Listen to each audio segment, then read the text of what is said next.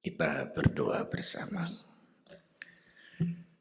Ya Bapa di surga, firman-Mu telah kami baca, dan tiba saatnya kami akan renungkan bersama-sama. Tolonglah Roh Kudus dalam uraian ini boleh bertahta dalam hati kami, untuk menyertai dan memberkati bahkan menjelaskan, untuk kami boleh lakukan dan alami.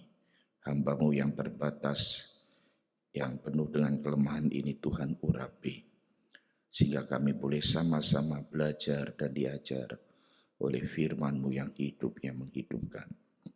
Bersabda berfirmanlah ya Tuhan pada setiap hati nurani kami siap mendengarkannya. Hanya demi nama Tuhan Yesus Kristus, kami alaskan doa ini bersama-sama.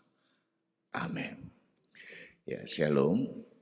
Ya, senang sekali Bapak Ibu Saudara sekalian kita boleh berjumpa melalui kebaktian pagi hari ini, Saudara. Kita boleh bersama-sama beribadah dan juga kepada setiap saudara-saudara yang beribadah dari tempat masing-masing. Saya ucapkan selamat hari Minggu, selamat berbakti, kiranya Tuhan menyertai kita semuanya. Saudara sekalian, kita tiba di pasal terakhir dari kitab Pengkhotbah. Dan dengan sendirinya ini adalah bagian terakhir dari khotbah eksposisi kitab Pengkhotbah yang kita sudah lewati sepanjang semester tahun ini, Saudara. Dan kita akan boleh melanjutkan dalam kitab berikutnya yang akan kita persiapkan nanti dalam setiap periode setelah 3 minggu ke depan di masa liburan ini sekolah, kami akan masuk pada kitab 2 Korintus. Kita lanjutkan dari surat 1 Korintus melanjut pada 2 Korintus. Saudara sekalian, tema kita pagi ini adalah ingatlah Sang Penciptamu, saudara. Bagian yang kita baca dari pasal 11 ayat 7 sampai pasal 12 di ayat terakhir, yaitu ayat 14. Saudara. Kita memahami bahwa kitab Pengkhotbah itu berbicara tentang hikmat dan tentang kehidupan.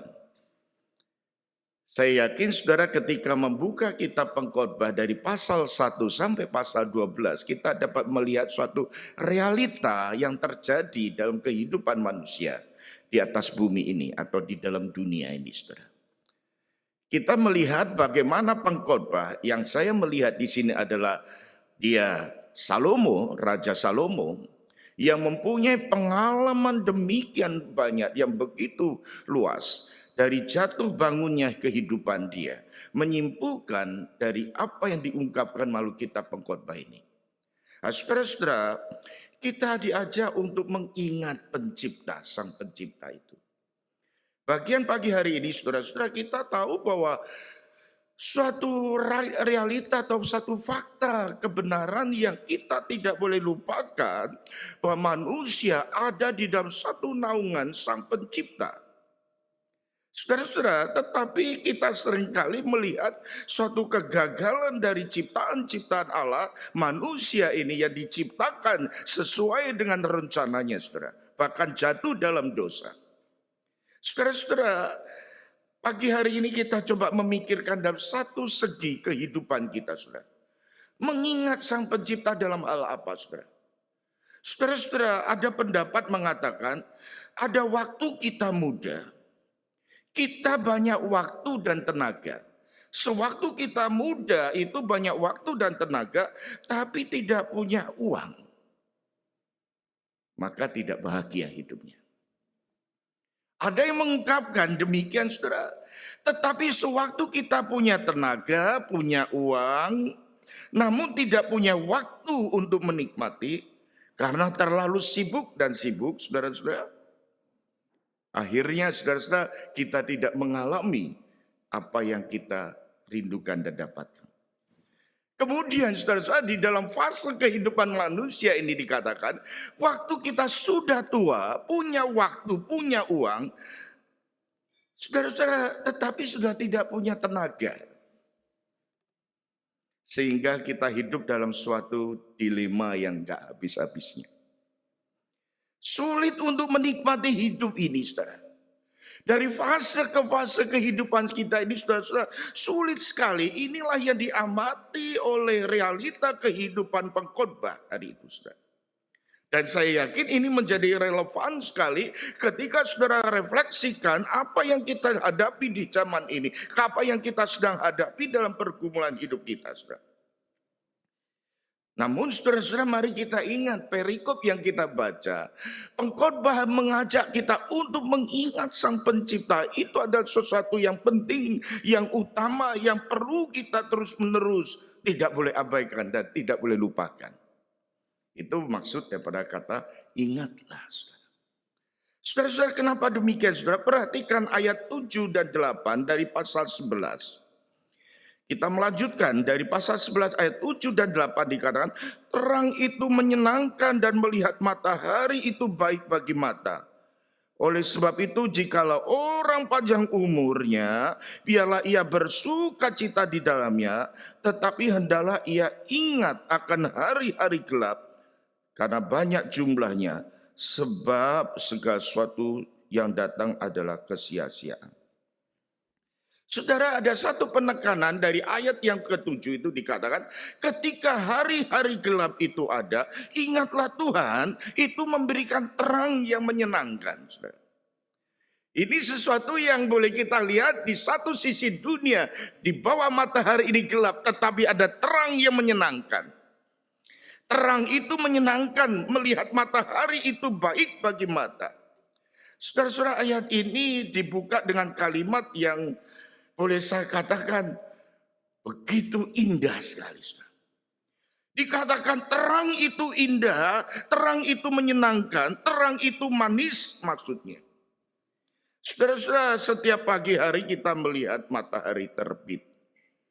Saudara dan saya merasakan ketika matahari terbit, apalagi di musim yang dingin seperti ini, saudara. Ini luar biasa, saudara. Ini sesuatu yang luar biasa ketika Tuhan berikan kita kehidupan hari ini. Ketika kita merasakan, kita menyaksikan terang itu luar biasa. Dan pengkhotbah mengajak kita untuk bersuka cita akan hal itu. Pengkhotbah memberikan peringatan juga. Tetapi bukan hanya kita diajak untuk bersuka cita, tetapi ingatlah ada peringatan. Jangan sampai kita kehilangan kesukacitaan itu. Karena seringkali manusia kita ini melihat sesuatu yang gelap. Kita seringkali tercenderung melihat hari-hari yang gelap itu. Hari-hari yang gelap itu bisa dalam bentuk yang berat, saudara-saudara. Kehidupan yang sulit dalam kehidupan yang saat ini ada di tengah-tengah matahari ini, di bawah matahari ini. Saudara, tetapi ingat saudara, ada terang yang menyenangkan. Ada terang yang manis, saudara-saudara. Ada terang yang indah. Pengkhotbah memberikan satu ungkapan ini, saudara-saudara, sebagai sesuatu yang kontras dengan sesuatu yang gelap, saudara-saudara.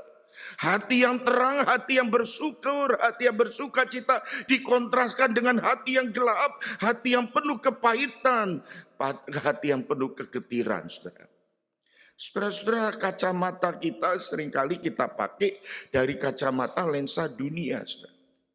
Lensa di bawah matahari melihat realita yang gelap. Saudara-saudara, ini kita pakai untuk mengukur kehidupan. Dan celakanya manusia tidak bisa melihat bahkan mengingat apa yang Tuhan telah tetapkan dalam tujuannya untuk menciptakan manusia.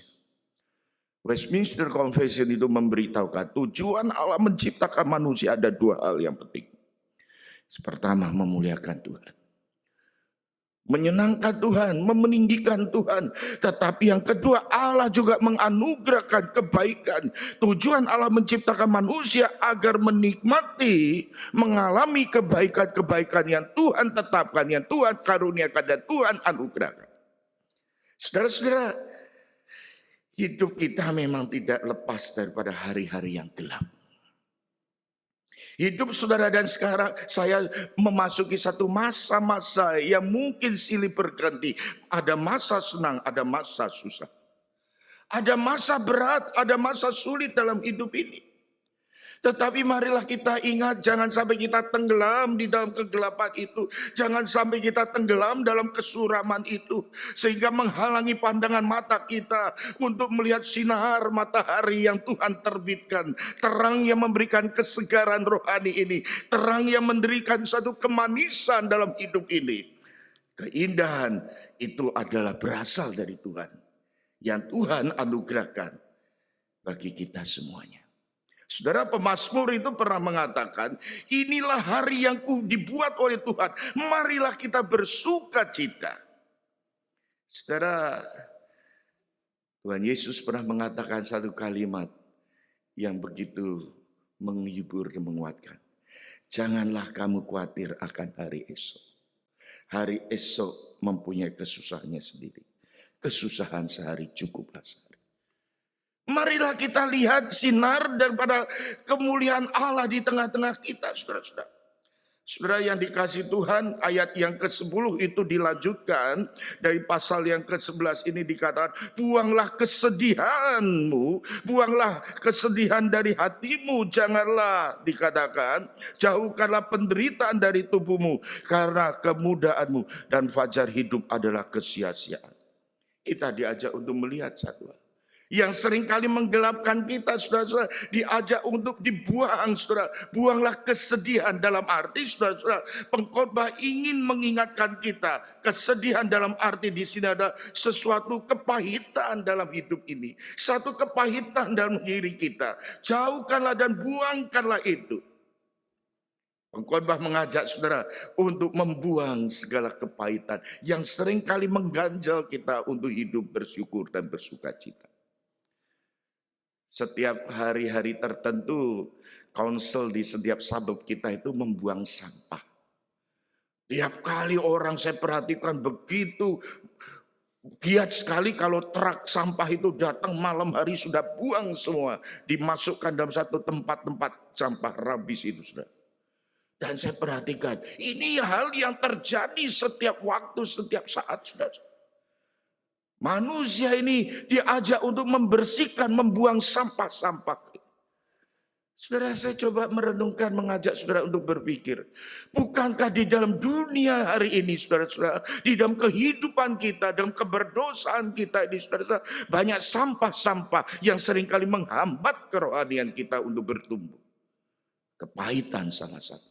Luka hati, kebencian, dendam, kemarahan yang seringkali tidak kita selesaikan, saudara-saudara.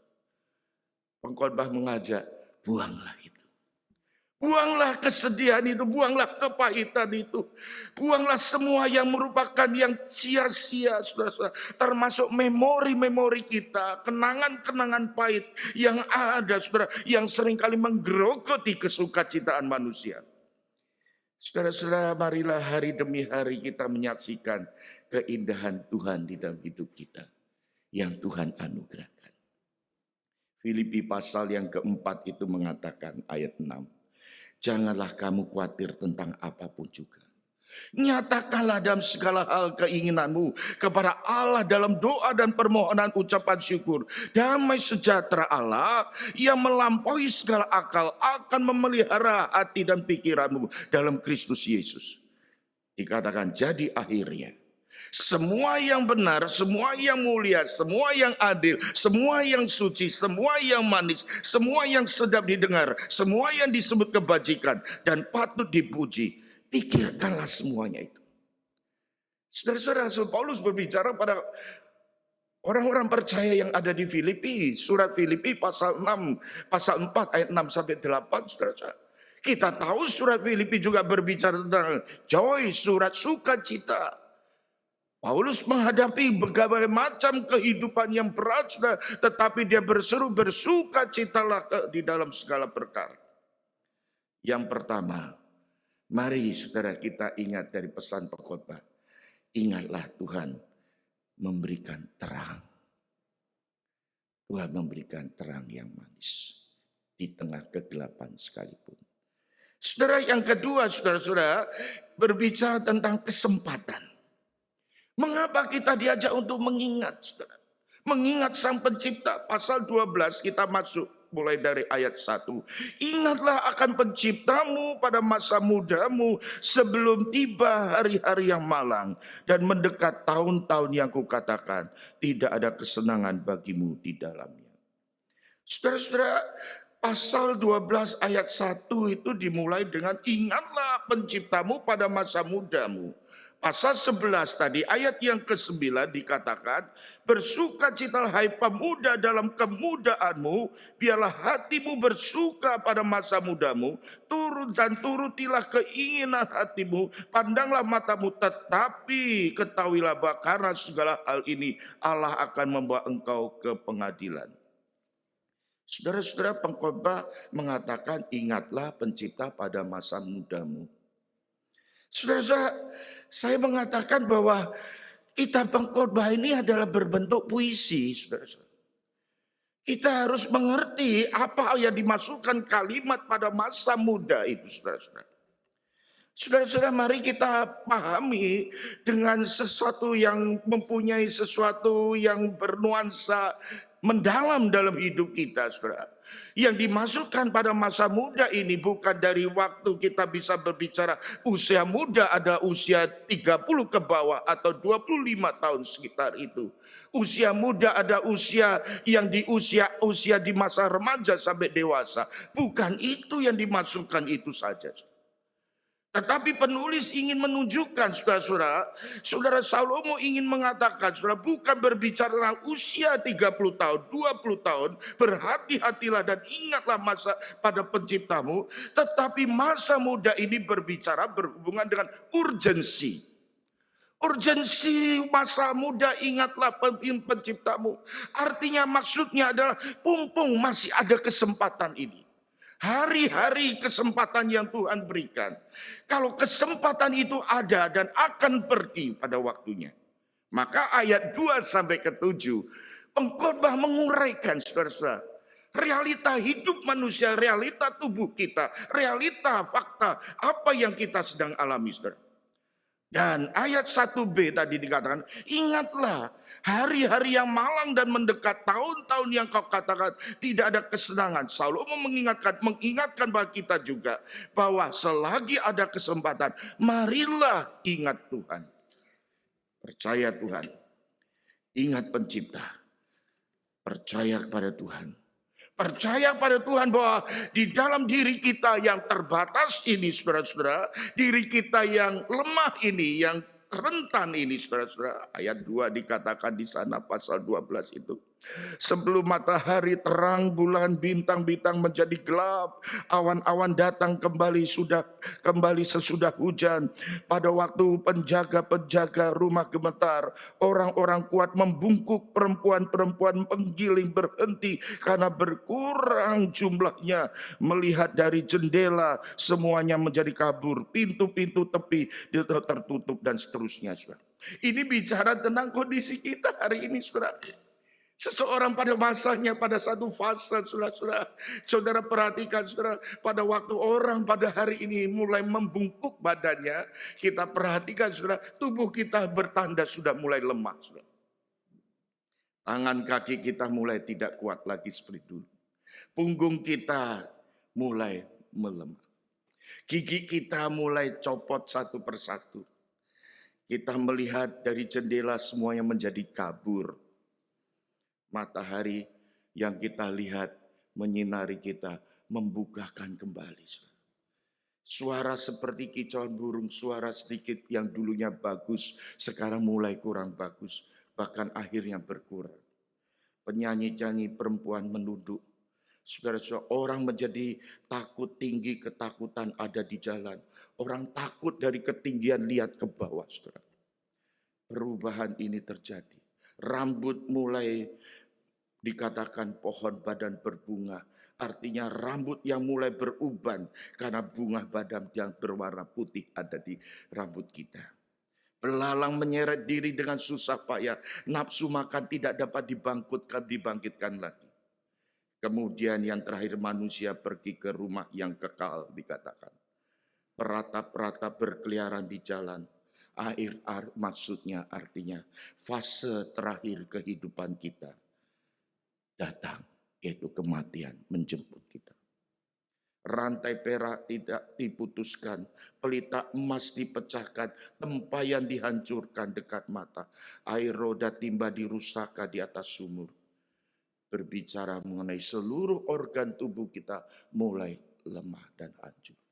Saya kalau menyaksikan dokter di hari-hari terakhir, di saat seorang akan mengembuskan napas terakhir, ada satu ungkapan yang dikatakan, organ tubuh failure, gagal sudah semua.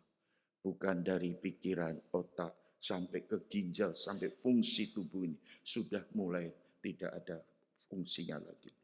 Saudara-saudara, di kata akhir di sana, debu kembali menjadi tanah, roh kembali kepada Allah yang mengaruniakan. Inilah realita. Saudara-saudaraku, saudara, tapi Tuhan senantiasa tetap mengasihi kita. Tuhan senantiasa mengingat kita.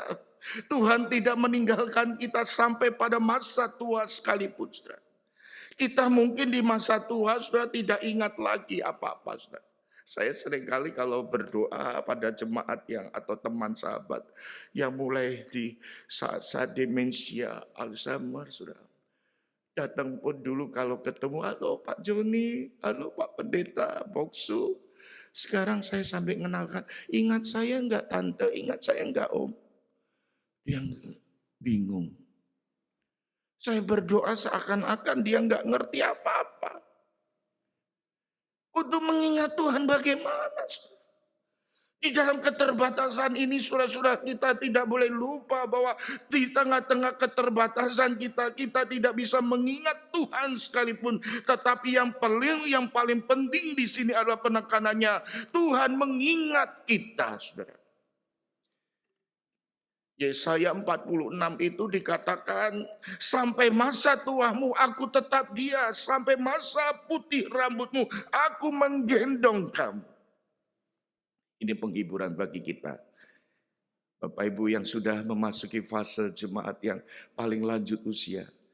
Jumat yang lalu saya mendoakan satu ibu, ulang tahun ke-99 tahun.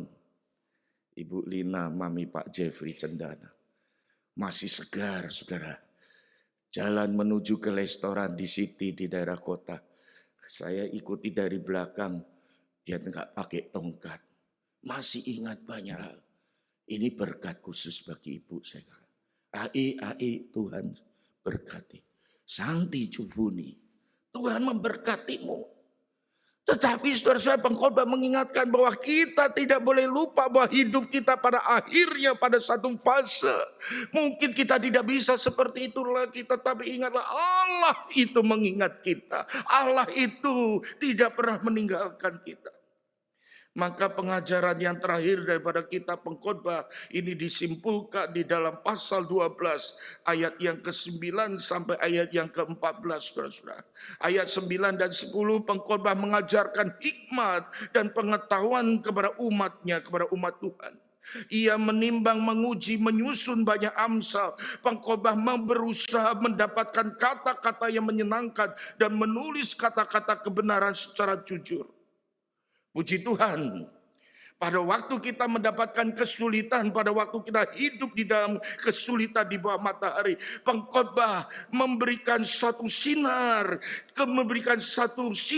yang mulia, saudara-saudara, keindahan yang luar biasa. Inilah yang ditekankan oleh kitab Pengkhotbah, saudara-saudara.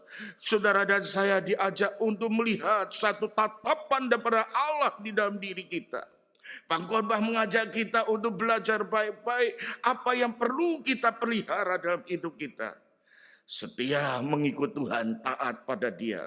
Tidak melewati hari kesehari kita. Memasuki hari ini dengan anugerah Tuhan dan berkat Tuhan. Dari hari ke hari. Saya seringkali menggambarkan kehidupan kita itu seperti roda. Seperti roda, saudara-saudara, yang berputar, saudara. Tentunya roda itu bisa ada di bagian atas itu. Ada di bagian. Roda itu bisa ada di atas, saudara. Yang menandakan bahwa hidup kita itu pada satu ketika juga kadangkala bisa ada di dalam keadaan di atas, saudara. Yang menggambarkan keadaan yang baik, keadaan yang menyenangkan, saudara-saudara. Ketika kita melihat roda itu kadangkala bisa di bawah, saudara. Artinya kadang-kadang kita hidup dalam keadaan yang sulit, saudara-saudara. Bahkan boleh saya katakan menjengkelkan, saudara-saudara. Tetapi saya menggambarkan ketika roda itu ada di bawah dan direm seketika itu dan berhenti beberapa saat. Oh, saudara-saudara, itu saat yang menekan sekali, bukan? Bukan keadaan yang tidak baik terjadi pada saat itu saja, tetapi tetap ada di sana, saudara. Mengalami keadaan yang stuck, dalam keadaan tertekan, saudara. Roda itu berhenti dan ditekan, berhenti di masa tertentu. Kita merasakan 1,5 tahun lebih kita harus berhenti dengan situasi pandemi hari ini. Karena itu hal yang menjengkelkan, hal yang tidak menyenangkan. Tetapi kita perlu memahami, saudara, bahwa hidup kita ini ada di dalam kontrol Tuhan. Allah yang maha kasih, Allah yang maha murah, Allah yang maha kuasa, Allah yang hidup, Allah yang maha hidup. Sekalipun problem di tengah keluarga, pekerjaan, pelayanan yang kita hadapi, sebagai jemaat, sebagai umat Tuhan, kita tetap harus berdoa. Tetapi mungkin sebagian kita berkata, kita berdoa terus-menerus tetapi belum ada titik terang jawabannya. Sekalipun sebagian orang bisa bertahan dan mendapatkan keuntungan banyak di masa pandemi ini.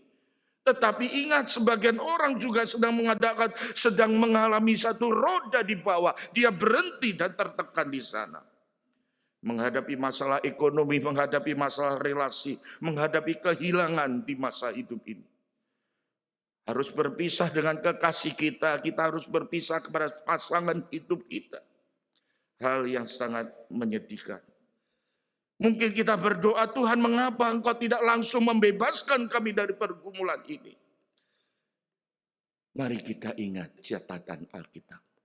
Mari kita ingat catatan Alkitab sepanjang tokoh-tokoh Alkitab, saudara-saudara, sepanjang sejarah kehidupan gereja di waktu ke waktu ini, saudara. Firman Tuhan ingin menegaskan bahwa ada kehidupan. Bahkan kehidupan kekal di sana, saudara sekalian. Yesus Kristus yang telah mati di atas kayu salib, yang telah bangkit. Dan dia telah menang atas maut.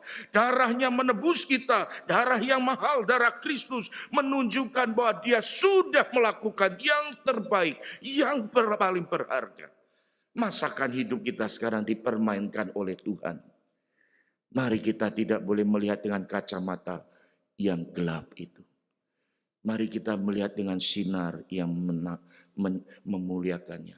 Sinar yang menerangi hati nurani kita. Marilah kita hidup takut akan Tuhan. Berpegang pada perintah-perintahnya. Ini adalah kewajiban setiap orang. Karena Allah akan membawa setiap perbuatan ke pengadilan yang berlaku. Segala sesuatu yang tersembunyi, entah itu baik, entah itu jahat. Ayat 13 dan 14. Itulah sebabnya mari kita menutup kitab pengkhotbah ini dengan satu keindahan. Mari nikmati hari-hari yang Tuhan sudah berikan. Berkat-berkat yang Tuhan sudah anugerahkan. Mari kita responi dengan penuh ucapan syukur, dengan hati yang penuh pengharapan, penuh sukacita. Bahkan kerinduan kita menjadi berkat bagi sesama kita dimanapun kita berada. Mari kita bersyukur pada Tuhan untuk sebuah kitab yang penuh bijaksana ini. Kitab yang diberikan oleh Tuhan kepada kita, agar kita waktu berjalan di bawah matahari ini, berjalan di dalam dunia ini, pada waktu kita menghadapi berbagai macam persoalan, pencobaan, pengalaman hidup, yang sama dihadapi oleh semua orang. Kita diajarkan untuk hidup bijaksana dan penuh hikmat. Hikmat yang datang dari Allah, hikmat yang datang yang ada di dalam Kristus, yang berbeda dengan hikmat yang diajarkan oleh dunia. Kita bersyukur mengingat betapa baiknya dan manisnya, percayakanlah diri kita pada Tuhan. Marilah kita syukuri hari-hari yang Tuhan berikan, karena hari yang Tuhan berikan menjadi kesempatan bagi kita untuk hidup bertanggung jawab di hadapan Tuhan. Memberikan yang terindah, yang terbaik menjadi berkat bagi sesama kita. Amin.